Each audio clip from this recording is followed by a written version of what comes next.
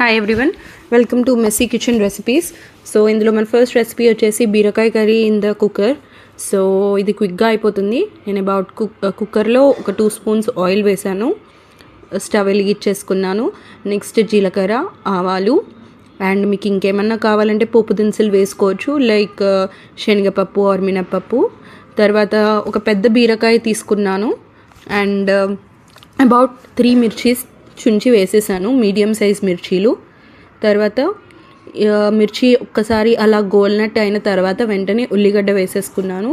And ఉల్లిగడ్డ మనకి తొందరగా ఉడకాలని చెప్పేసి లైట్గా సాల్ట్ వేసుకున్నాను. అండ్ ఉల్లిగడ్డ అనేది మనకి కలర్ చేంజ్ అవ్వాలండి, లైట్గా పింకిష్ ఆనియన్ కలర్ వచ్చిన తర్వాత ఒక స్పూన్ అల్లం వెల్లిపాయ పేస్ట్ వేసుకున్నాను. ఘాటు ఎక్కువగా తిందాం అనుకునే వాళ్ళు ఎక్కువ వేసుకోవచ్చు, తక్కువగా ఉండాలి మేమంతా స్పైసీ తినలేము అనుకునే వాళ్ళు కొంచెం తక్కువ పేస్ట్ వేసుకోవచ్చు. నెక్స్ట్ ఇంతంత పసుపు, పించ్, అండ్ ఇది బాగా కలిపేసుకుంటున్నాము. కలిపేసుకున్న తర్వాత నెక్స్ట్ బీరకాయ ముక్కలు, ఒక పెద్ద బీరకాయ. సో బీరకాయని మంచిగా మనము నూనెలో మగ్గనివ్వాలి. ఇది మనం కుక్కర్లో వేసుకుంటున్నాం కాబట్టి బయట వండిన టేస్ట్ రావాలి అంటే నూనె మొత్తం ఆ బీరకాయలకి పట్టాలి, అప్పుడే ఆ టేస్ట్ వస్తుంది.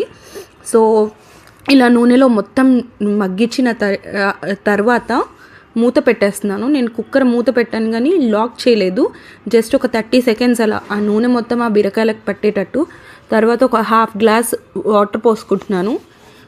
కొలత కావాలి అనుకుంటే బీరకాయలన్నీ అట్లీస్ట్ ఒక సగం వరకు మునగాలి.